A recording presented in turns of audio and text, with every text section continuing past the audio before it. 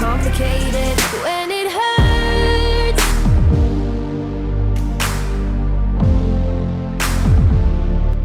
Oke, halo semua, ketemu lagi di channel Godios. Dan sekarang Asep udah pisah sama tim Hard KTM. Sedih banget kan, ini gara-garanya sih kemarin ketika kita lagi beralih dari tim Hard ke Mandalika, itu save-nya atau save file dari karir si Asep di tim Hard KTM itu nggak bisa kita gunain lagi karena emang udah nggak ada, karena udah ke-replace sama save-an dari karir Mandalika. Jadi mau nggak mau sekarang kita ngulang lagi dari awal, tapi di sini kita nggak ngulang dari Serikatar. Kemarin kita udah Serikatar, jadi ibaratnya kita langsung aja untuk mengganti tim dari tim Hard KTM dinaikin lagi ke tim KTM Tech. Ibaratnya si tim KTM Hard dia kehilangan modal untuk melanjutin karir sama si Asep, karena Asep ini performanya 2 seri terakhir sangat membagongkan banget, jadi sangat luar biasa banget. Jadi sekarang dia bakal beralih dari tim KTM Hard ke tim KTM Tech 3, dan tentunya dengan banyak sponsor.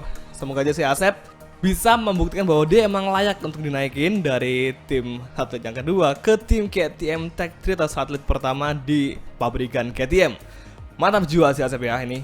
Pokoknya semua aja, nanti besok kita bakal coba aja untuk lebih ngebos lagi supaya si Asep ini kita untuk pengembangan motor udah sampai di level segini, jadi udah lumayan banget, nggak kayak yang kemarin-kemarin dimana kita sedikit lambat karena kita kemarin nggak terlalu fokus sama update pengembangan motor. Tapi sekarang ini udah perfect banget sih. Nah, kali ini kita udah ganti helm dan juga udah ganti wear pack, dimana kemarin kita pakai yang serba Italia. Sekarang ini kita udah pakai untuk wear pack buatan dari luar Italia, itu Scorpion, dan juga wear pack dari Alpinestar atau Alpine. Oke, kalau gitu saya masuk ke sesi race atau sesi kualifikasi untuk MotoGP race, dan semoga aja kita bisa membawa KTM Tech 3 ini yang paling keren banget delivery-nya, bisa mengasah skillnya untuk masuk ke podium ya. Semoga aja bisa juga. Oke, semangat Asep, pasti bisa untuk menang di sini GP race. Oke, here we go. Lihat nih perjuangan si Asep di sesi Q1 supaya tembus ke Q2. Oke, dia track terus, semoga aja Asep bisa meraih posisi yang cukup bagus di sesi kedua, dan akhirnya ini dia menuju entry ke Nortino di depan. Kita hard braking from Asep, dan akhirnya wow, luar biasa Asep. Wow, keren banget. Minus 0,205. Ini berarti si Asep memiliki peluang untuk bisa tembus ke Q2 di sini. Ini dia. Dan sekarang ini Q1 udah habis waktu, jadi tinggal beberapa sektor lagi. Semoga aja Asep nggak sampai crash, karena ini udah detik-detik akhir di mana tinggal kita doang yang masih ada di track cuy. Yang lain gak tau kemana, pasti ini si Asep masih bersemangat banget bisa meraih posisi yang bagus.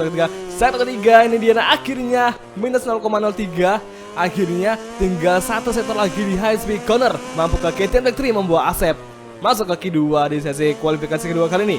Ini dia menuju 2 tikungan terakhir, dan menuju tikungan terakhir atau tempatnya di final sektor. Kita hard braking from Asep. Ini dia, Asep. Oke, jadi Asep. Ini dia, pasti Asep bisa meraih posisi yang bagus, dan ini menuju garis finish di sesi ke-1, dan kita meraih posisi ke Oke, yes. Posisi ke-1 dengan gap yang sangat jauh sekali. Luar biasa. Mengalahkan Honda Repsol di sesi kualifikasi ke-1. Ini enggak sia-sia si bos KTM Tech 3 merekrut Asep sebagai rider ketiga di ajang balap MotoGP 21. Waduh.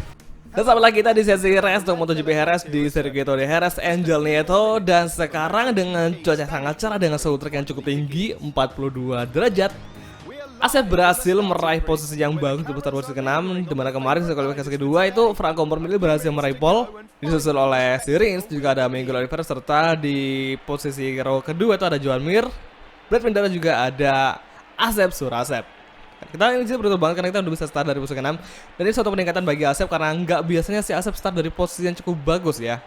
Oh ya, kalau ngomongin soal poin di sini, untuk poin kita di klasemen sekarang ya bersama KTM Tech 3 itu poinnya masih nggak terlalu jauh, dimana kita masih terseok-seok di urutan 10 besar atau 5 besar. Pokoknya kita nggak berada di posisi 3 besar untuk sesi atau di klasemen, karena emang kita ini KTM Tech 3 bukan tim yang sangat kuat seperti Honda Repsol atau mungkin Ducati Factory atau mungkin dari pabrikan Yamaha. Yang pasti kita harus berjuang aja, karena emang ngembangin KTM itu nggak semudah ngembangin pabrikannya seperti Yamaha, Ducati, dan Honda. Yang pasti kita berusaha aja, semoga kita si Asep kali ini bisa meraih pundi-pundi poin demi memberikan juara dunia di musim 2021.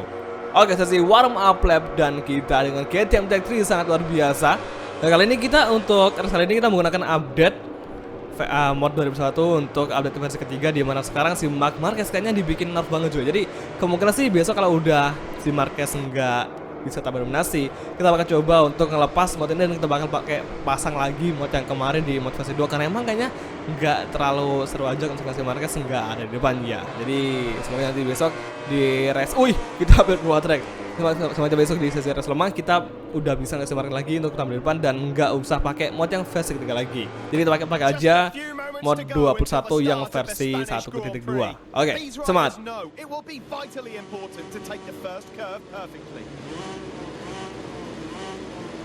Oke, semua ini dia setelah kelas MotoGP untuk MotoGP 21 bersama Asep Surasep and on the way. Luar biasa, Asep mengejar KTM Factory. Menuju first corner, kita malah tercecer di posisi ke-7 sekarang. Kita balik kembali, ada Paul Espargaro, overtaking dari Fabio serta Marc Marquez serta Takaki Nakagami. Kenapa ini? Kenapa Asep malah ngelepos banget ketika udah setengah pertama cuy? Ini aneh banget sih ini. Nggak kayak biasanya si Asep tampil mendominasi ketika udah salah pasar cuy. Kita overtaking Marc Marquez dan Mas yang bisa kembali berdua kembali down oleh 2 Repsol Honda. Nampaknya si Paul Espargaro dan juga Marc Marquez sangat tampil kuat sementara di sini ada pertandingan dari Luca Marini dan tiba-tiba Luca Marini apa yang terjadi? Luca Marini memberikan gebrakan yang bagus di seri RS. Kita mendekat lagi Marc Marquez di tikungan ke-5 sekarang menjadi high speed corner kalian dan crash dan Petrucci di belakang. Nampaknya Petrucci mengalami nasib sial di sini dan ternyata Maverick juga crash. Saya sekali Yamaha Mountain juga crash di sini bersama dengan Danilo Petrucci di tikungan ke-5 di mana sekarang ini tikungan ke-5 emang benar-benar keramat banget di GBRS. Sering banget yang namanya AI yang lebar hingga mereka menginjak rumputan yang ada di pinggir asfalnya. Ini benar-benar bahaya banget. Ini bahaya banget. Harusnya sih si AI udah bisa lah, maksudnya untuk di-update supaya nggak sembarangan banget yang namanya ngambil selanjutnya. Cuy, ini benar-benar parah banget sih asli. Rossi Luca Marini ada di belakang. Dua saudara, two brother masih berada di belakang kita. Apa yang terjadi namanya Luca Marini sama Valentino Rossi sangat kompak di MotoGP RS. Kita ngobrol sampai gabah ke mengejar Jack Miller untuk posisi ke-10. Kita overtaking Ducati dari sisi kanan dan akhirnya cantik sekali kita blocking langsung Jack Miller tadi. Luar biasa, di set terakhir kita bisa mengalahkan Jack Miller tadi. Dapat jadi tikungan ke-12 di MotoGP RS di final sector. Kali ini Marc Marquez menjadi target kita untuk mengisi posisi ke-9. Joan Mir overtaking masuk mengejar Joan Mir di overtake oleh Marc Marquez dari sisi kiri. Luar biasa, kali ini Rins menjadi leads the way sementara waktu di lap kedua. Kali ini kita mengejar kembali Joan Mir di kanan. Marquez mengejar tepatnya di tikungan kedua. Kita langsung overtaking dan masih belum bisa. Sabar Asep, jangan sampai gabah. Ini masih ada 5 lap lagi yang harus bisa kita manfaat. Kita overtaking Joan Mir dari sini. Dan akhirnya ada yang lagi di depan. Kita overtaking Joan Mir dari sini. Kita berjalan side by side di tikungan ke-5. Kita overtaking Joan Mir dan akhirnya kita bersama dengan Suzuki di sini. Dan tikungan ke-5 dekati lagi Marc Marquez dan juga Takaki Nakagami. Ini diakselerasi di tikungan ke-5 mengejar di track lurus mengejar Marc Marquez juga Taka. Duo Honda berada di depan kita. Oke, tikungan ke-6 kita harus breaking from Asep. Pertama mengejar dan dapat mencoba melebar saja sampai crash dan akhirnya kita ada peluang ada momentum overtaking Marc Marquez di sini dari sisi kiri masih mengejar karena ke kiri kita overtaking masih belum bisa makin jauh gap dengan Marc Marquez. Kali ini tepatnya di tikungan ke-8 dan mampukah Asep mendekati Marc Marquez sekali mengovertaking Marc Marquez di final sector di depan salah satu ketiga. Keep focus, keep fighting, nggak boleh nyerah, nggak boleh lelah. Kita nggak boleh patah semangat karena masih ada beberapa lagi yang harus bisa kita manfaatkan dan semoga aja si Asep masih memiliki semangat yang sangat-sangat kuat untuk bisa mengalahkan Marc Marquez di sini meskipun sekarang si Marquez lagi tampil luar biasa. Oke, final sektor di high speed corner. Dua tikungan terakhir menuju tikungan terakhir di depan. Misalnya mengejar Marc Marquez. Ini dia. Kita harus breaking from Asep. Fokus sekali. Oke, kita bakal overtaking Marquez dari sisi kiri tepatnya menuju akselerasi di track lurus. Dasarnya overtaking Marc Marquez. Mencoba sweeping overtaking Marc Marquez dari sisi kanan. Masih mengejar. Kita overtaking Marquez dan kita langsung blocking langsung. Marc Marquez masih belum bisa. Cukup sulit tadi mendekati Marc Marquez di sini. Nampak susah bagi KTM mendekati Honda Repsol. Tapi kita nggak boleh patah semangat karena ini merupakan seri keempat dan mana kita masih berada di posisi yang cukup jelek di kelas sementara. Kita nggak boleh sampai kalah di sini cuy. Ini dia menuju tikungan keempat. Ada yang Luca Marini crash. Luca Marini crash di belakang. Seperti Luca Marini melakukan insiden cukup membahayakan tadi sehingga Luca Marini bersama tim Sky Racing harus terpental jauh untuk posisi yang nggak tahu sekarang posisi berapa. Saya banget sih Luca Marini harus menerima kekalahan di lap ketiga untuk MotoGP RS kali ini. Oke, menuju L3 corner tikungan ke-6. Tikungan Dani Pedrosa, Marc Marquez dan Taka masih berduel. Sementara kita masih menyimak dari belakang. Aduh, Asep, semoga aja Asep kamu bisa untuk mengalahkan Marquez, meskipun ini agak mustahil soalnya ini si Marquez tampil luar biasa di lap ketiga. Yang biasanya para AI kalau udah pertengahan lap atau pertengahan balapan biasanya mereka tuh suka tampil yang mendadak langsung sangat kencang. Apalagi kalau kita udah kehabisan banyak, pasti semua AI, semua rival kita atau komputer kita bakal makin memberingaskan bagi si Asep, atau makin parah ngancemnya buat menggeser posisi di klasemen milik si Asep Surasep. Ini dia final sektor. Oke, Sep pasti bisa mengejar Marquez dari sisi kiri. Kita overtaking Marquez di entry corner tikungan terakhir, kita overtaking dan akhirnya kita masuk overtaking dan masih sempit sekali. Maka melebar kita overtaking Marquez dari sisi kiri dan akselerasi untuk mengejar Takaki Nakagami. Coba kita overtaking Taka dari sisi kanan, akhirnya Taka kita overtaking dari sisi kanan, kita langsung aja block pass langsung di sini, bagus sekali. Akhirnya kali ini wow, ada yang crash di belakang. Nampaknya Takaki Nakagami terjungkal untuk posisi tadi yang nggak tahu posisi berapa. Sayang sekali Takaki Nakagami harus menerima kalahan setelah di overtaking oleh KTM. Tadi kayaknya kita tuh nggak terlalu berbahaya loh. Maksudnya kita ngeblocking langsung, nge-defense. Maksudnya kita habis nge-overtaking terus nge-defense itu nggak terlalu berbahaya. Dan kita pun nggak nyenggol. Mungkin karena emang itu refleks dari AI. Mau nggak mau si Takaki Nakagami dia harus refleks ngerem, dan akhirnya dia malah terlalu pakem banget untuk neken rem depan. Nah, akhirnya pun ya dia harus kejungkal dan harus crash tadi di tikungan pertama. Sih sayang banget sih asli. Jadi ya semoga aja bisnis setelah tadi kita ngalamin insiden dengan Takaki Nakagami, semoga aja di next lap kita nggak sampai ngebuat insiden lagi dengan cara yang seperti itu. Itu meskipun setelah itu gak salah kita, emang sih itu emang mungkin refleks aja. Jadi AI juga nggak selamanya bakal kaku ya, pasti mereka juga bakal berkelakuan konyol. Memang di sini udah nerol AI yang dimana si AI MotoGP udah dibuat senatural mungkin seperti biasanya untuk para pembalap di MotoGP di para umumnya. Nah, sekali ini di final sektor, Pol Espargaro berada di depan kita dan mampu ke Asep Surasep dekati Pol Espargaro serta Franco Morbidelli. Kali ini Franco Morbidelli dia lucu loh ini, si Franco tadi start dari posisi pertama, sekarang dia malah tergeser hingga sekarang dia malah tercecer ke posisi kelima. Aneh kan, yang harusnya ini emang sih kita sering banget yang namanya ngelihat bahwa di sisi kualifikasi biasanya beda banget sama sisi race. Kayak biasanya ada pembalap hari Sabtu, pembalap kualifikasi, atau mungkin ada pembalap pada hari Minggu. Ya seperti contohnya Maverick Vinales, Fabio Quartararo, yang biasa mereka kuat banget kalau udah di depan waktu sesi FP3 hingga kualifikasi itu mereka kenceng banget, tapi sejarahnya tiba-tiba mereka ngedrop. Mereka nggak tahu kenapa.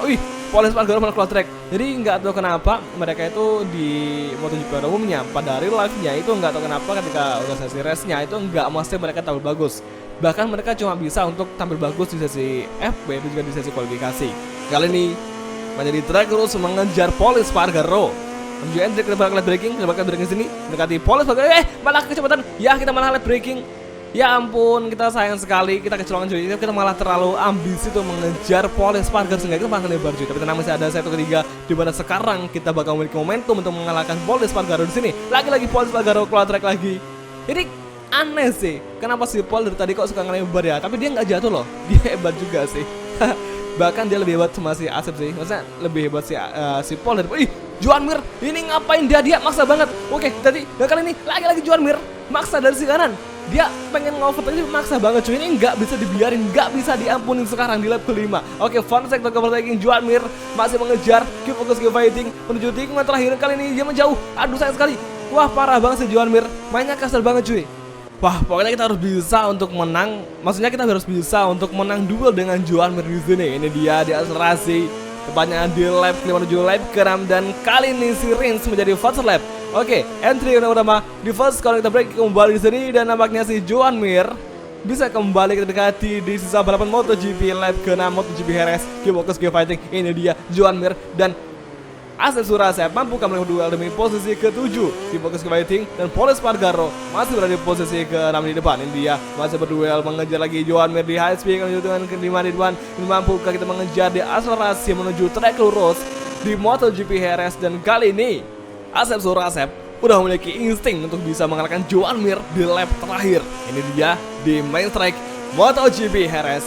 Di lap ke-6, lap terakhir kita langsung lap breaking overtaking Joan Mir dari sisi kanan, dan kemudian mendekat lagi nih masih belum bisa. Oke, lap breaking, semoga Asep bisa mengovertaking Joan Mir di sektor ketiga kali ini. Ini dia masih mengejar, ada peluang di high speed corner dan nampaknya bagus sekali Asep mengambil racing line tadi. Kita overtaking dari sisi kiri di tikungan ke-8 dan kembali mengejar cukup melebar. Hati-hati, ini dia sektor ketiga akhir menjelang sektor keempat. Dan mampu ke Asep Surasa mengalahkan Joan Mir. Dan kali ini di final sektor tinggal beberapa tikungan lagi. Dan tinggal 1, 2, 3, 4 tikungan lagi. Dan saatnya mengejar Joan Mir. Kita fokus ke dengan Asep di final sektor di high speed corner teknik lagi. Kita overtaking dari sekarang. Ini dia tikungan lagi. Kita overtaking di tikungan ke-12 akhirnya. Yes, kita overtaking Joan Mir. Luar biasa. Kita blokir langsung dari sisi kanan ke kiri di final corner. Akhirnya Asep Surasa berhasil kembali mengamankan posisi ke-7 setelah mengalahkan Joan Mir untuk posisi ke-7 ini. Dan tim semenangan kita berhasil meraih posisi ke-7. Luar biasa Asep Surasa. Luar biasa selalu sekali. Wah, gokil Asep ini, dia tampil sangat membagongkan banget, membanggakan Indonesia loh. Ini luar biasa, kita duel sama tadi. Lah, si Joan Mir ternyata di overtake sama Marc Marquez di tikungan terakhir. Aduh, sayang sekali Joan Mir yang hampir aja finish di posisi ke-7. Sayangnya dia malah ketikung dengan dua rider, yaitu si Asep dan juga si Marc Marquez. Tapi emang saat itu waktu gue ngelewatin sektor terakhir di tikungan kedua itu kita udah memiliki momentum. Maksudnya kita udah memiliki tumpuan yang bagus untuk mengejar di high speed corner hingga sekarang dengan 10-12. Kita memiliki momentum sangat bagus sekali untuk mengalahkan si Joan Mir. Meskipun si Joan Mir harus kaget gara-gara kita nge-overtakingnya terlalu kasar juga. Tapi wajar, ini balapan. Jadi ini suatu insiden yang wajar atau suatu kejadian yang lumrah di ajang balap MotoGP. Nah tuh, si Joan Mir yang ngelebarin bener. Keren banget penampilan si Asep di MotoGP Heras kali ini. Dan sampai kali ini kita di MotoGP Heras, tepatnya di balapan seri keempat, kita memiliki 4 pembalap yang nggak bisa di balapan, yaitu si Takaki, Luka Mario, serta Maverick Vinales dan juga Daniel Petrucci, di mana mereka semuanya itu keempatnya crash cuy. Jadi kali ini sayang banget sih. Tapi nggak masalah, semoga besok dicari lemang. Biasanya pembalap yang jarang di depan, biasa mereka suka tampil untuk balas dendam. Jadi semoga besok mereka bisa tampil bagus dan bisa berduel lagi dengan si Asep untuk perebutan gelar juara dunia di musim 2021. Jadi oke semua, kalau gitu kita langsung mengakhiri video kali ini. Dan kita bakal ketemu lagi depannya nanti di next video. Kalau gitu langsung nonton dan oke, bye, ciao.